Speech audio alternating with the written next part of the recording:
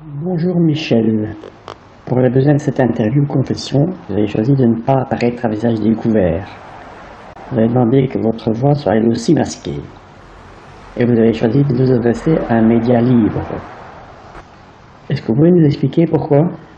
Oui, bonjour. En effet. Ce que je souhaite dire, c'est trop important pour que je puisse me permettre de le faire autrement que de manière anonyme. Les enjeux, les risques pour mes proches, pour moi-même, même pour vous, ça pourrait conduire à des actions répressives, donc je ne souhaite prendre aucun risque concernant ce que j'ai à révéler quant à mon travail. Donc, pour résumer rapidement ce qui nous a conduit à ce rendez-vous, vous nous avez contacté en fournissant une liste impressionnante de détails et en nous expliquant brièvement votre rôle au sein d'une cellule directement liée aux plus hautes instances de l'État français. Vous pourriez nous expliquer quel est votre rôle? Oui, je suis d'abord militaire, mais je veux exercer mon droit d'expression malgré mon devoir de réserve en dénonçant ce que je sais, afin que les Français apprennent ce qui se passe au niveau de l'État. Je travaille depuis plusieurs années dans une cellule spéciale qui est dédiée à la collecte électronique de renseignements. Vous voulez dire la DGSE ou la DGSI? Non, pas du tout. Il s'agit d'une cellule beaucoup plus discrète. Les informations que nous collectons sont directement transmises au sommet de l'État où ensuite elles sont traitées. Vous pouvez nous parler de votre métier un peu plus, votre rôle à vous? Oui, je suis lié à une unité secrète de surveillance, en quelque sorte, on pourrait dire que je suis un hacker. Alors en français, on dirait un pirate informatique, mais c'est pas une très bonne expression, parce que le rôle d'un véritable hacker, c'est précisément de s'introduire partout, là où les accès sont limités, voire interdits. Donc vous piratez des banques de données, des sites informatiques, des entreprises? Non, pas du tout. Non, je suis un hacker gouvernemental. Mon patron, c'est l'État. Et mon travail, c'est uniquement la récolte de renseignements, la surveillance. Mais alors votre travail est complètement légal, pourquoi vous insistez sur l'anonymat? Alors, c'est-à-dire que mon travail est officiel en qualité de militaire, bien sûr, mais mes activités ne sont pas forcément très légales. C'est d'ailleurs ce qui m'a motivé pour vous contacter et pouvoir en parler. De quelle manière sont collectées ces informations? Par tous les moyens possibles dont nous disposons.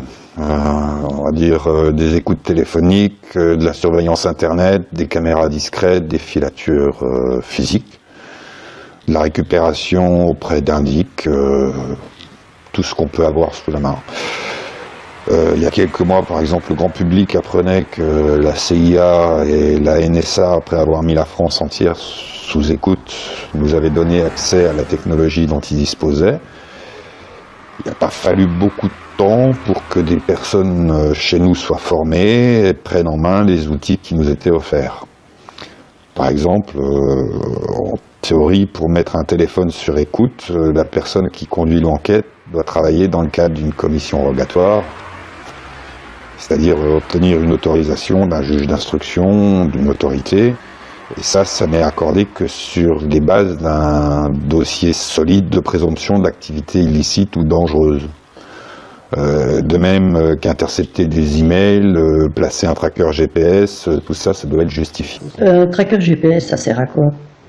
C'est une puce, une puce électronique, c'est minuscule, c'est une puce qui reçoit des données satellites GPS et GLONASS, qui sait à chaque instant où se situe la cible sur la surface de la planète. Il va retransmettre ces données via le réseau de téléphonie mobile vers la cellule Richelieu, donc à laquelle j'appartiens. Tous les smartphones en sont équipés, mais il existe aussi des petits appareils qui peuvent être placés n'importe où et qui ont exactement la même fonction.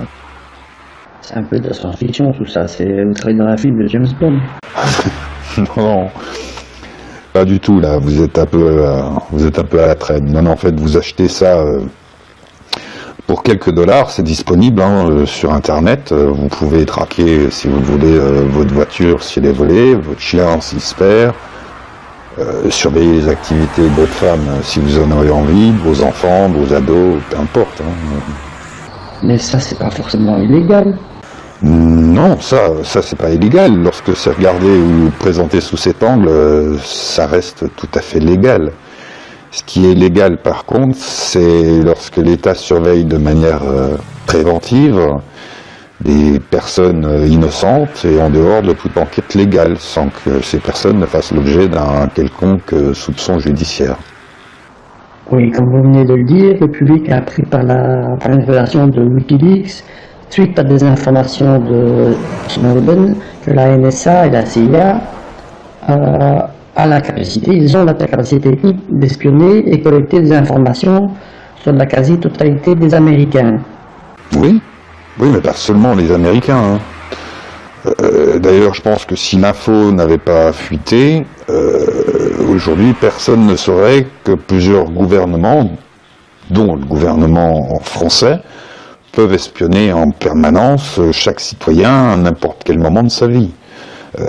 C'est très difficile aujourd'hui d'y échapper. L'administration Obama avait mis en place un plan redoutable d'espionnage de masse et aujourd'hui nous avons en France à notre disposition tous les outils qu'ils ont pu développer.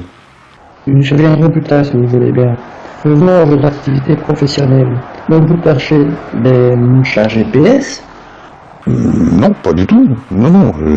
Moi je ne place rien. Ce sont des collègues d'autres équipes qui placent le matériel, les mouchards GPS, les caméras, les branchements sur les lignes téléphoniques terrestres, les écoutes Wi-Fi, etc. Des caméras? Oui, des caméras. On surveille nos cibles avec des caméras. Elles sont elles aussi minuscules. Pas plus grosses que celles qui équipent la plupart des smartphones, et on reçoit les images, le son, sous forme codée via Internet. Ce sont vos collègues qui placent, comme vous dites, mais où, chez qui? Chez des personnes qui sont désignées par notre hiérarchie. Pas forcément chez Monsieur Tout-le-Monde, mais chez certaines cibles, oui. Dans leur maison, leurs appartements, dans des bureaux aussi. On va dire que depuis 3-4 ans, on en place aussi dans des lieux publics appelés chauds. C'est dans le cadre de la lutte antiterroriste? C'est dans les gares, les stades de foot? Non, pas du tout. La lutte antiterroriste, ça ne dépend pas de la cellule Richelieu. Non, nous, notre travail, c'est pas la lutte, mais la collecte de renseignements. C'est pour surveiller les meneurs d'émeutes, les gangs, les trafiquants de drogue, d'armes, les cellules islamistes présumées, les mosquées. À ce sujet, on a pu constater souvent que la propagande fondamentaliste produisait des extrémistes actifs. Elles sont placées où ces caméras? Il y en a un peu partout. Encore une fois, compte tenu de leur taille et du faible coût, sont cachés dans le mobilier urbain, dans les abribus.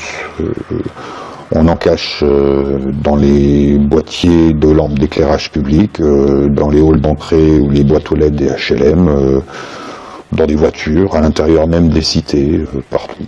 Dans les bus, dans les métros? Là, non, ça c'est le rôle de l'État, ça fait longtemps qu'il y en a, mais cette activité-là, c'est pas dédié à notre cellule. Un truc que nous faisons de plus en plus, comme je viens de vous le dire, c'est de placer une caméra dans une voiture stationnée à un bon endroit, au bon endroit, là où il faut, quoi. Et puis on la déplace ou on en met une autre. On a pour ça, on dispose maintenant d'un beau parc de voitures espions. Et vous surveillez qui avec ça? Je reviens par exemple au quartier chaud, on surveille les réseaux de distribution de drogue, le trafic d'armes, les recruteurs.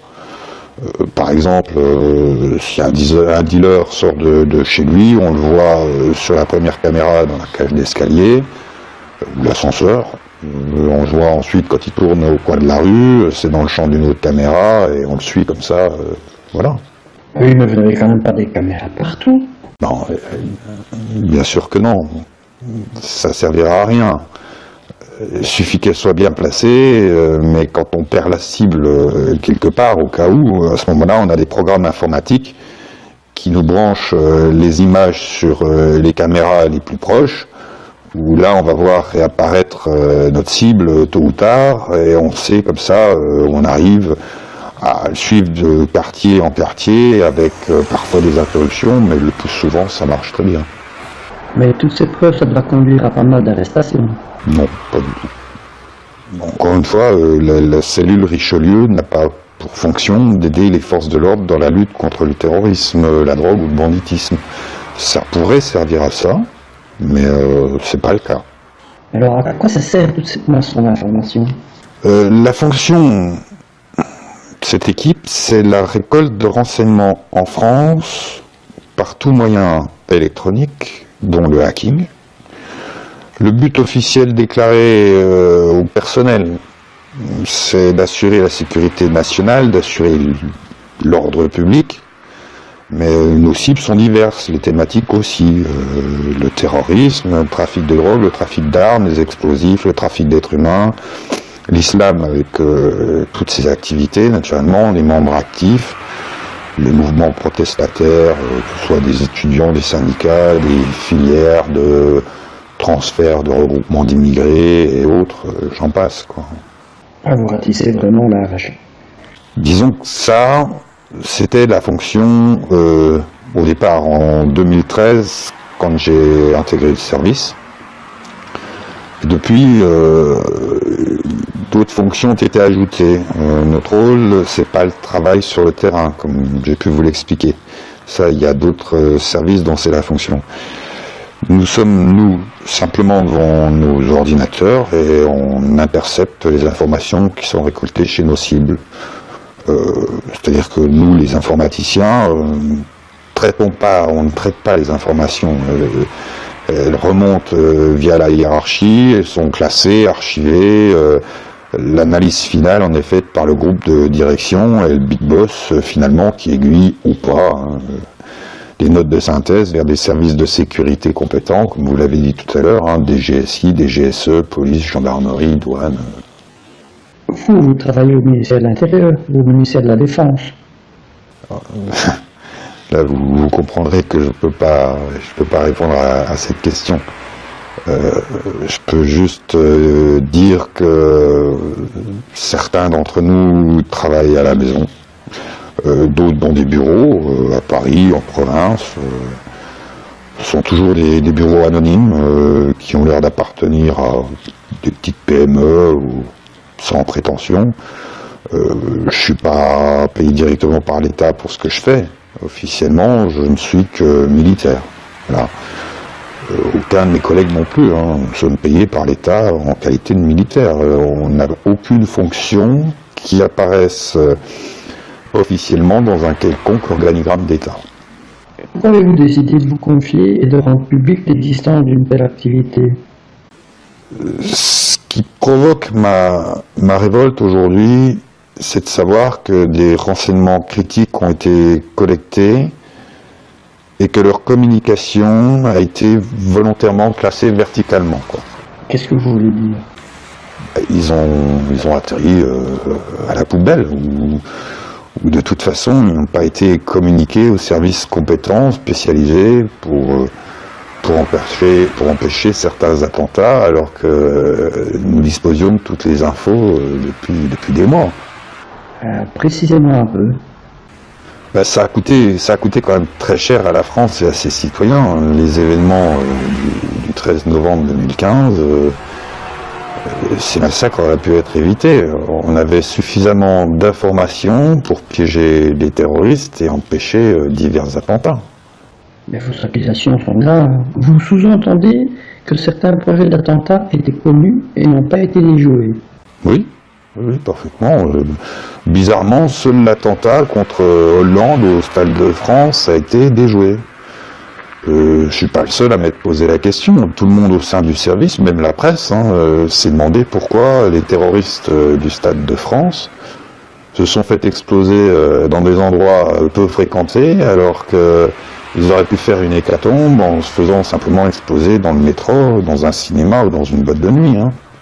En effet, ça reste illogique. Vous avez une explication? Je pense que les forces d'intervention surveillaient tous les membres de ce petit groupe d'action grâce à nos informations.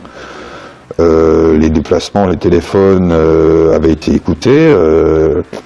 On avait des photos de chacun des terroristes. On savait également que les explosifs avaient été commandés, livrés, que des ceintures d'explosifs avaient été préparées. On avait tout ce qu'il fallait. Mais vous dites que les services spéciaux n'ont rien fait.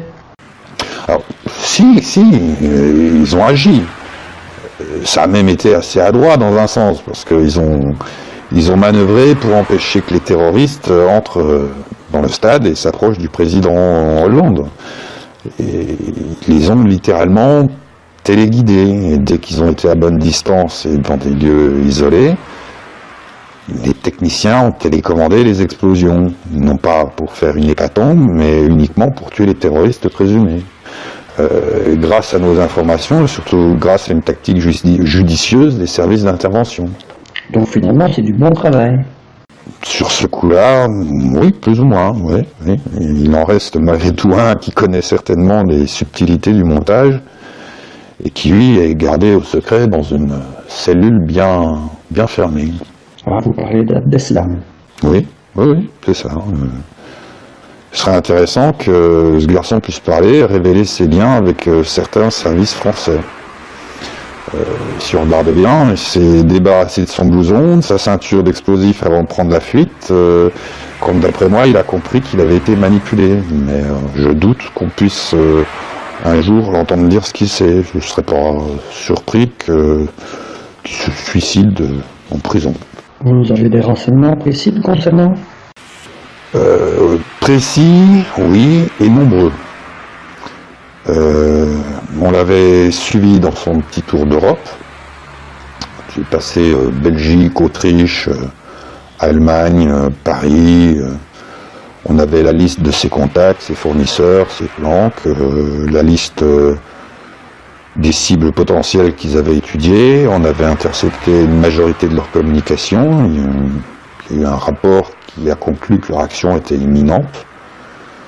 Ce qui me semble scandaleux, encore une fois impardonnable, c'est que rien n'a été fait pour empêcher le massacre du Bataclan et de la brasserie. Alors que la cellule Richelieu avait un dossier complet sur les projets des terroristes. On savait qu'ils préparaient des attaques simultanées sur plusieurs lieux le 13 novembre. Maintenant, qui a bloqué le transfert de dossier du dossier complet et pourquoi je ne sais pas. Est-ce qu'il faut croire que seul l'avis du président a de l'importance? Mais vous voulez dire que les services français ont laissé faire 2 attaques sur 3? Non, je ne dis pas tout à fait ça, non, je connais assez bien les flics, les groupes d'intervention. Je ne crois pas que ces hommes seraient restés inactifs en sachant ce qui était préparé, ce qui se tramait, non. Je pense que c'est plus haut que les données sont filtrées, soit directement par la direction de la cellule Richelieu, soit dans les hautes sphères de l'État, et on a laissé redescendre vers les groupes d'intervention ce qui était utile pour protéger le Stade de France et le président Hollande. De même, on avait eu connaissance bien à l'avance de beaucoup de détails sur la préparation de l'attentat de l'Hypercacher. On avait identifié Koulibaly et ses complices. On connaissait ses points de chute, ses amis, ses fournisseurs. Là aussi, il y avait une liste précise de ses objectifs, dont l'Hypercacher, entre autres. Mais ce dossier a effectivement été traité par ma hiérarchie et l'État, et après, plus rien, quoi. Alors pourquoi les informations ont été bloquées? Par qui? Dans quel but? Pourquoi est-ce qu'on n'a pas agi avant les attentats? Vous faites là des accusations vraiment très graves. Je pense que nous n'avons encore rien vu. on a eu droit pour le moment qu'à l'apéritif. C'est rien à côté du reste et de ce qui se prépare. Il y a eu, comme vous le savez, les attentats de Bruxelles. Là, je sais parfaitement que tous les acteurs connus aujourd'hui, encore une fois, on les avait fichés, classés. Ils étaient tous surveillés par notre cellule. Il y avait un énorme dossier sur leurs préparatifs car ils étaient en contact avec plusieurs islamistes actifs en France. On savait où et par qui ils ont reçu les explosifs. Qui a bloqué le dossier? Est-ce que c'est en France ou en Belgique? Je n'en sais rien. Sur l'attentat de Suède, sur celui de Saint-Pétersbourg et sur celui d'Égypte, vous savez quelque chose? Sur l'Égypte, les deux attentats d'Égypte, non, je dois avouer qu'on n'avait rien, on n'a rien vu arriver. Par contre, pour la Russie et la Suède, oui, on avait des infos et elles ont été remontées à qui de droit, oui. Et donc vous dites qu'il n'y a jamais d'action préventive à la suite de vos enquêtes? Je suis sûr qu'il y a une suite à chacun des rapports que nous transmettons, mais pas forcément celle à laquelle on pourrait s'attendre. Les exemples que je viens de vous décrire sont parmi les plus sinistres, hein. Il en existe beaucoup d'autres qui rappellent malheureusement les heures sombres de la stratégie de la tension dans l'Italie des années 70. Ils sont heureusement pas tous aussi sinistres. Il en reste pas moins machiavélique. Ça finit malheureusement toujours par un extraordinaire exercice de communication médiatique où les politiciens ou le politicien du jour va apparaître comme un héros, quoi, hein. Vous avez d'autres exemples? Oh, oui, des exemples. C'est pas forcément ce qui manque. Si on parle de la surveillance du trafic de drogue, du trafic d'armes, de l'endoctrinement islamique ou du recrutement des réseaux, oui, on a des exemples. Je prends simplement le trafic de drogue, hein. On va apprendre lors d'une surveillance banale que une livraison de MDMA d'un labo clandestin X, qui est parfaitement connu par nos services, est donc arrivé dans le réseau de distribution d'un individu Y. On sait que les pilules seront écoulées le week-end dans les boîtes de nuit, dans les bars, dans la rue. On connaît parfaitement le circuit de distribution. Chacun sait aussi que ces drogues sont particulièrement dangereuses, sont pleines de sous-produits toxiques. On a des enquêteurs qui font un dossier, celui-ci remonte tout le courant hiérarchique et puis peu rien, quoi. Le lundi matin, vous apprenez par la presse que le SAMU a été débordé durant le week-end avec un afflux démesuré de personnes dans des services d'urgence pour des usages de drogue bon marché, de mauvaise qualité, qui a mal tourné. Parfois, il y a un mort ou vous avez un drogué qui finit converti en légumes. Mais pourquoi il n'y a pas de saisie, d'arrestation, puisque les acteurs sont tous connus? Alors, les justificatifs qui nous sont donnés par la hiérarchie, c'est toujours oui, mais on n'est pas certain, on attend, on prend pas le petit poisson, on va attendre le plus gros, on n'a pas suffisamment de preuves pour intervenir. Puis bon, il y a d'autres choses, hein. Il y a le trafic et sous couvert ou organisé par certains services de lutte antidrogue, hein, comme a pu le démontrer dans son enquête récemment Bernard de la Villardière. On a aussi la bonne gestion des indices, hein, qui oblige ou qui incite les services de police à ne pas intervenir sur certaines affaires qui sont mises à jour par nos dossiers. Par exemple, récemment, hein, l'affaire Luaka, qui est devenue un formidable enfumage médiatique, hein. C'est l'arbre qui cache la forêt, quoi, hein. Vous avez une association qui a été créée pour masquer quelques informateurs sous couverture d'emploi d'animateurs de quartier.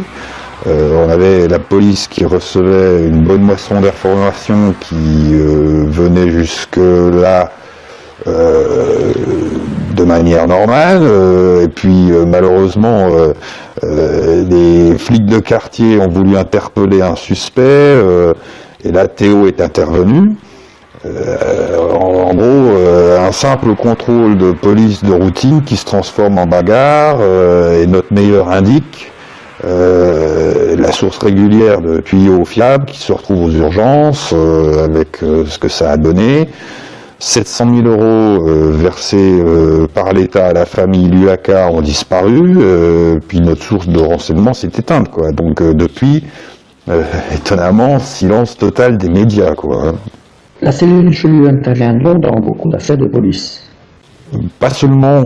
On passe de plus en plus de temps maintenant à espionner la vie privée des gens, et ces informations sont surtout à usage, je dirais, politique, même de base politique, quoi. Mais donc, le cabinet noir, c'est ce que dénonce M. Fillon, c'est la cellule Richelieu. Ah non. Nous sommes juste un des circuits d'un système beaucoup plus large et plus complexe. Je dirais que le cabinet noir, c'est une petite poignée de personnes au sommet de l'État. Ah bon, la politique, quel est votre rôle là-dedans? Moi, aucun, je ne fais pas de politique. La cellule s'occupe de plus en plus d'affaires politiques. Tous les candidats à la présidence sont hackés par la cellule Richelieu. Les partis, les secrétaires des hommes politiques, les amis, les femmes, les maîtresses. Si vous saviez ce qui se raconte sur l'oreiller, c'est assez étonnant. D'ailleurs, l'histoire des descendants qui a été révélée, ça devient un conte moral pour enfants. À ce point-là. Ah oui, on enregistre les téléphones des enfants de nos politiciens, on obtient comme ça des heures de conversation de famille, des vidéos avec une simple webcam sur un ordinateur, ou un système de vidéosurveillance installé dans une maison naturellement.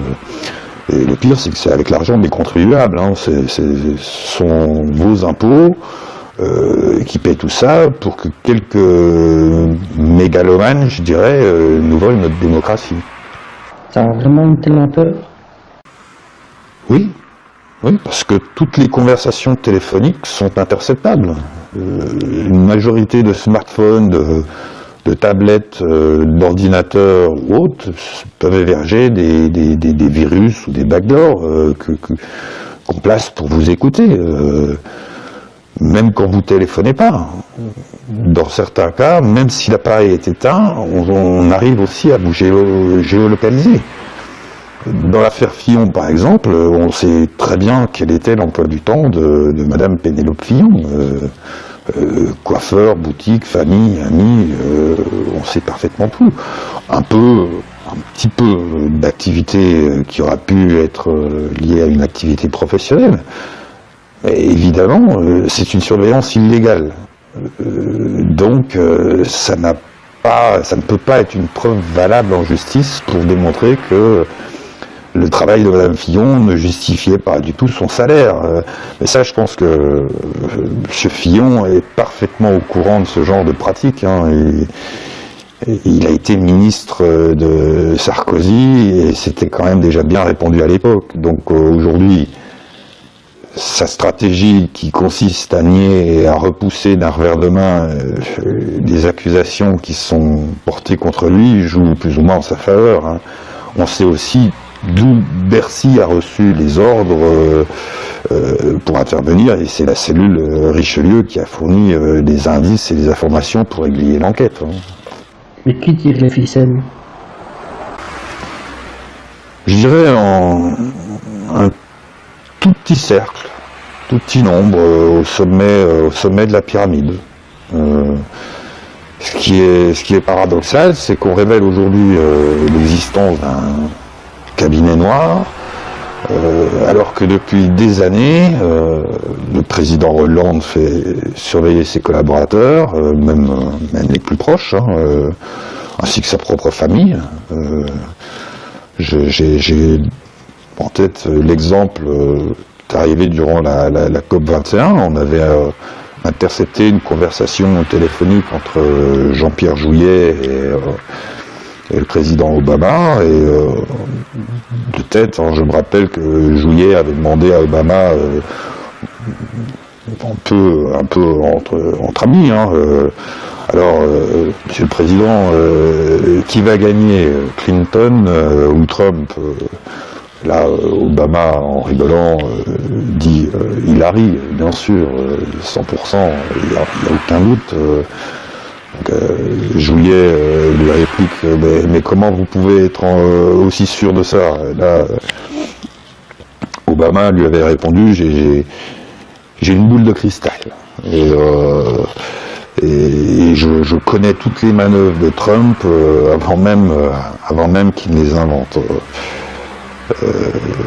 Ça avait laissé Jouyet un petit peu, apparemment, dans le doute. Quelques secondes après, il lui dit, mais votre boule de cristal fonctionne aussi en France. Qui va gagner en mai 2017? Et Obama lui a répondu, demandez au président Hollande, il a la même boule de cristal que moi. Et alors? Et alors, ça m'a fait prendre conscience de la gravité de la situation. Vous savez, les dossiers perdus dans les couloirs des administrations ou dans les antichambres des palais de la République, c'est pas nouveau, c'est pas quelque chose de récent, ça a toujours existé. Mais ce qui se passe maintenant, je crois que c'est beaucoup plus grave. Mais pourquoi? Qu'est-ce que vous voulez dire par là?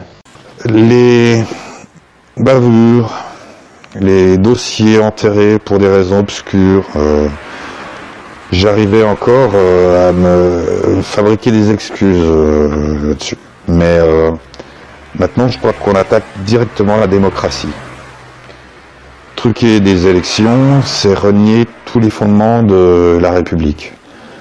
En gros, la révolution de 1789 n'aura servi à rien. On a aujourd'hui un petit club de politiciens véreux qui se perpétuent dans le pouvoir, avec un semblant d'alternance, d'opposition fictive, mais finalement, quand on regarde bien, il règne de manière aussi peu démocratique qu'un Louis XIV ou un Saddam Hussein. Avec tout ce que vous savez, vous pourriez témoigner dans la justice. Non, ce qui me concerne, c'est hors de question. Je crois que, dans le meilleur des cas, je finirai comme la policière Sandra Bertin, qui a été trahie par sa hiérarchie sous la pression du pouvoir politique. Sa carrière aujourd'hui est définitivement pourrie, terminée. Et au pire des cas, je vous laisse imaginer ce qui pourrait m'arriver. Mais non, expliquez-moi. Je ne veux pas laisser planer une menace de mort permanente sur mon entourage. Je ne vous donnerai pas de détails sur ma vie privée. Si j'ai une femme ou des enfants, des frères, des sœurs, ou même si j'ai un chien, ce sont des détails qui pourraient permettre ou conduire à mon identification parmi mes collègues. Donc je ne vous dirai rien. Mais là, vous faites un cinéma, vous avez vraiment peur d'être suicidé, comme on dit? Je crois qu'il y a effectivement de nombreux cas dans l'histoire du pouvoir où c'est arrivé. Rappelez-vous simplement du cas de Robert Boulin, par exemple. Vous avez vraiment peur? Peur, oui et non. Disons que j'ai pris soin quand même de prendre de bonnes précautions. J'ai constitué un épais dossier avec des enregistrements, des noms, des témoignages, constitués en plusieurs exemplaires, qui ont été placés pour chacun dans des endroits sûrs et qui seront révélés le cas échéant. Et donc maintenant, vous allez regarder et rien faire? Je crois que je peux malheureusement rien faire de plus que ce que j'ai décidé de faire avec vous, de témoigner. Qu'est-ce que vous diriez pour conclure? Je dirais que j'encourage quiconque, et surtout les militaires, les policiers, qui disposent d'informations comme moi sur ce sujet, à se questionner et à faire un choix entre leur devoir de réserve et leur responsabilité de citoyen, d'homme. Tout simplement, je leur dirais, défendez votre démocratie parce qu'elle est en danger. Bien, merci Michel pour avoir effectué cette démarche. J'espère que votre message sera perçu et que d'autres suivront votre exemple. C'est moi qui vous remercie.